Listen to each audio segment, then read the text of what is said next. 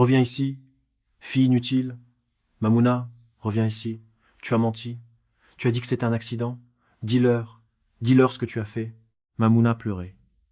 Elle s'agenouilla au bord de la rivière, ses mains serrant fort sa jarre en argile, ses épaules tremblaient tandis que ses larmes tombaient dans l'eau. « Maman, tu m'as laissée seule dans ce monde, » sanglota-t-elle.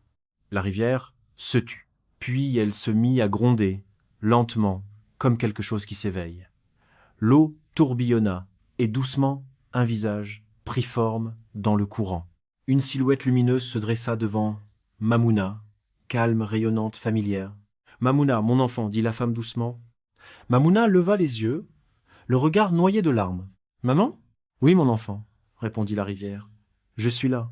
Mes chers amis, laissez-moi vous raconter l'histoire d'une mère douce et aimante trahie par sa propre sœur, laissant une jeune fille de 19 ans, Mamouna, brisée et sans mère. Mamouna n'avait jamais connu la paix depuis que sa mère, Rivana, était morte au bord de la rivière des années auparavant. Elle avait été confiée à la merci de sa tante Bintou, la sœur de sa mère. « Tu es inutile, tout comme ta mère, » lançait Bintou chaque matin. « Si je compte jusqu'à 5, et que tu es encore couché, tu sais ce qui t'attend. » Personne ne connaissait vraiment les circonstances de la mort de Rivana. Un soir sombre, elle était sortie avec Bintou et n'était jamais rentrée. La rivière l'avait emportée. Bintou était rentrée en courant, en larmes, ses habits trempés. J'ai essayé. J'ai vraiment essayé de la sauver, mais la rivière était trop forte. J'ai pas pu la retenir. Depuis ce soir-là, Mamouna avait perdu sa mère pour toujours. Peu après, selon la tradition du village, le père de Mamouna avait épousé la sœur de sa défunte femme. Au début, Mamouna était heureuse. Elle croyait que le souvenir de sa mère vivrait dans leur maison. Mais elle avait tort.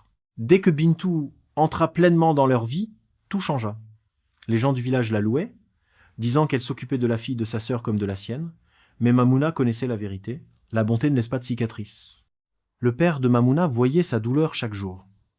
Il voyait les bleus sur son corps, la peur dans ses yeux, pourtant il ne disait rien. Il buvait. Il buvait jusqu'à ce que ses yeux s'éteignent. Et dans ce silence, Mamouna souffrait seule. Elle faisait toutes les tâches, cuisinait, lavait, puisait l'eau, portait le bois sur sa tête. Personne ne lui demandait si elle était fatiguée, si elle avait faim. Si quelque chose allait mal, c'était sa faute. Elle n'avait pas droit à la moindre erreur. Quand la douleur devenait trop lourde, Mamouna prenait sa jarre d'eau et se rendait à la rivière. Elle s'asseyait sur la rive et parlait à l'eau comme si elle était vivante. « Maman, ma douce maman, chuchotait-elle, aujourd'hui j'ai failli tomber en portant le bois. Personne n'a demandé si j'allais bien, pas même papa. » Puis, un soir, elle murmura dans un souffle brisé, « Parfois, je pense qu'il aurait mieux valu que je meure avec toi cette nuit-là.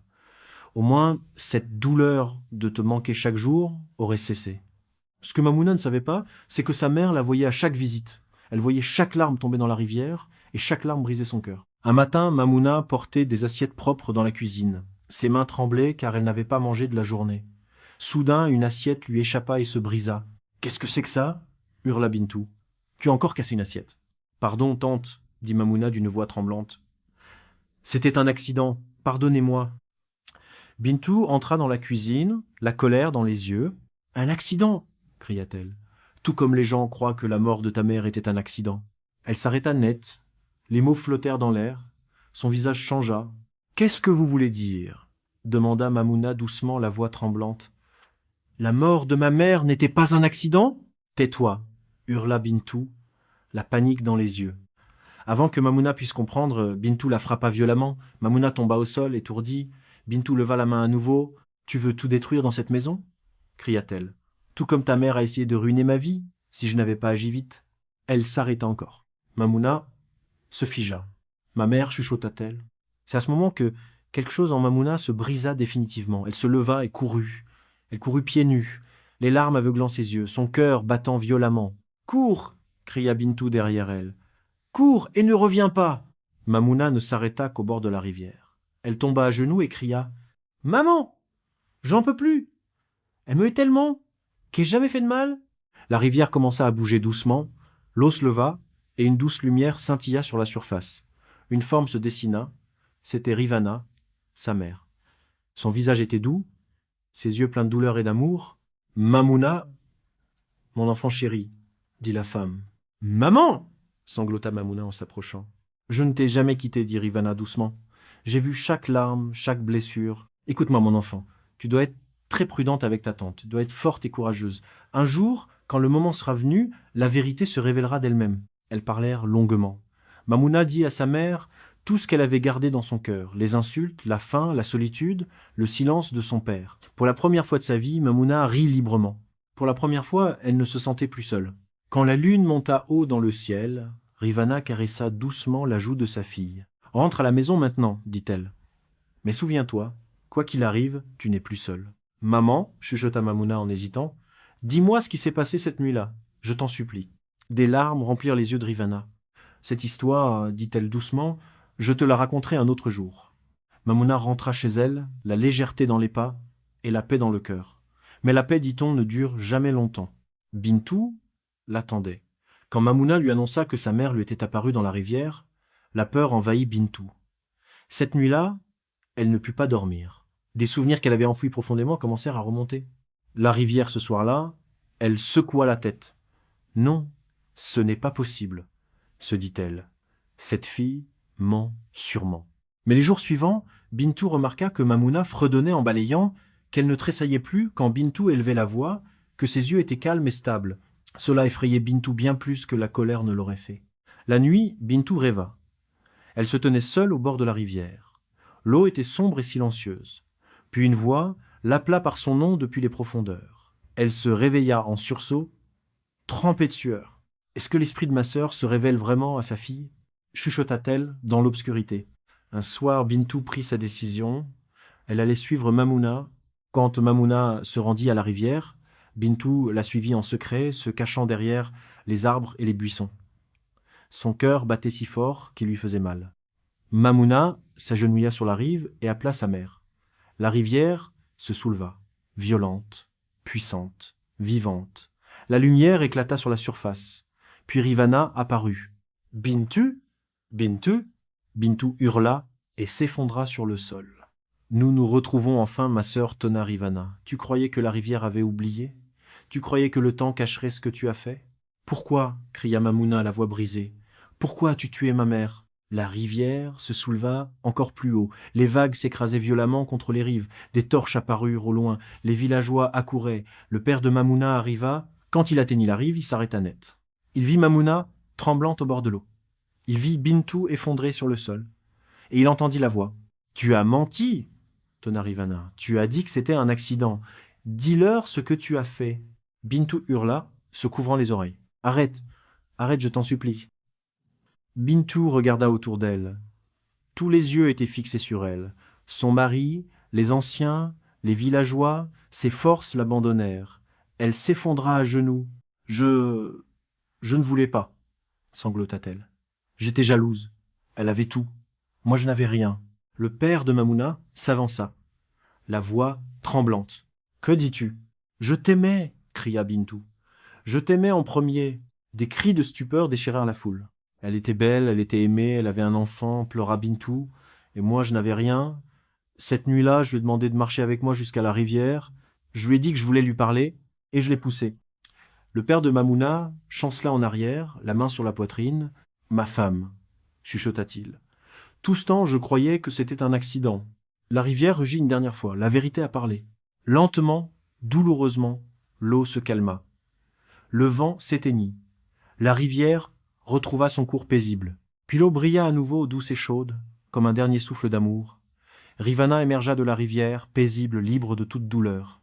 Elle marcha vers sa fille, les yeux remplis de tout ce qu'elle n'avait jamais cessé de ressentir. Mamouna cria et courut vers elle. Mère et fille tombèrent dans les bras l'une de l'autre, pleurant comme si toutes les années de douleur, de perte et de silence se déversaient enfin. Pendant un moment, rien d'autre n'existait. Seulement une mère, seulement une fille, seulement un amour qui avait survécu à la mort elle-même. « Mon enfant !» chuchota Rivana en embrassant le front de Mamouna. « Tu es libre !» Rivana se tourna lentement vers Bintou. « Je te pardonne, dit-elle doucement, mais tu marcheras sans repos. Maintenant, pars. » Bintou se leva comme quelqu'un, sous un sortilège, et commença à marcher, ses pas vides et hésitants. « Continue à marcher et ne t'arrête jamais. » Puis Rivana se tourna vers sa fille une dernière fois. Mon esprit est libre maintenant, chuchota-t-elle. Mais je serai toujours avec toi. Derrière la hutte, près du manguier, j'ai laissé quelque chose pour toi. Creuse la terre. Cela t'aidera à recommencer. Elle donna à sa fille un dernier baiser. Je t'aime, maman, chuchota Mamouna à travers ses larmes. Je t'aime aussi, mon enfant, répondit Rivana doucement. Puis Rivana retourna dans la rivière. L'eau se referma doucement sur elle et elle disparut. Après ce soir terrible, la vie de Mamouna trouva enfin la paix. Son père la fit asseoir à ses côtés, la voix brisée par les regrets. Mon enfant, dit-il en tenant ses mains, je t'ai abandonné. J'ai vu ta douleur, j'ai vu comment tu étais traité, je n'ai rien dit. Pardonne ton père. Je te pardonne, papa, dit Mamouna doucement. Ils pleurèrent ensemble, père et fille, pleurant non seulement Rivana, mais aussi les années perdues dans le silence. Ce même jour, Mamouna se rendit derrière la hutte, près du manguier. De ses mains tremblantes, elle commença à creuser. La terre était dure au début, puis devint molle. Bientôt, ses mains touchèrent de l'argile. Elle en sortit une petite jarre couverte d'un tissu et hermétiquement fermée. Elle l'ouvrit lentement. À l'intérieur se trouvaient des pièces d'or, de belles perles et des bijoux brillants, des choses que sa mère avait discrètement mis de côté au fil des années. Mamouna tomba à genoux et pleura. Sa mère avait pensé à elle avant même qu'elle soit grande. Rivana avait préparé un avenir pour son enfant. Quant à Bintou, les villageois disaient qu'elle marchait encore de village en village, son corps fatigué, ses pieds ne s'arrêtant jamais. Les gens chuchotaient sur son passage. Certains détournaient le visage, certains fermaient silencieusement leurs portes, et Bintou continuait à marcher. Sa punition n'était pas la mort, mais la solitude. Mamouna allait encore à la rivière chaque soir. La rivière ne se soulevait plus et ne parlait plus à voix haute, mais Mamouna sentait sa mère là, dans la douce brise qui caressait son visage, dans le flux tranquille de l'eau, dans la profonde sérénité qui vivait désormais dans son cœur. Elle s'asseyait au bord de la rivière et souriait doucement. « Maman, chuchotait-elle, je vais bien maintenant. » Et la rivière continuait de couler, lente, silencieuse et en paix. La leçon morale. La jalousie, quand on la laisse grandir, devient destruction. Le silence face au mal est aussi une forme de cruauté. Et la vérité, peu importe combien de temps on l'enterre, finit toujours par remonter à la surface. L'amour ne meurt jamais vraiment. L'amour d'une mère suit son enfant, au-delà de la vie, au-delà de la mort, au-delà de la rivière. Et la justice peut venir lentement, mais elle vient toujours. Fin. Cette histoire vous a touché le cœur? Dites-nous dans les commentaires d'où vous regardez. Si vous avez aimé cette histoire, n'oubliez pas de vous abonner à la chaîne pour d'autres histoires émouvantes. Merci infiniment de regarder, de partager ce moment avec nous.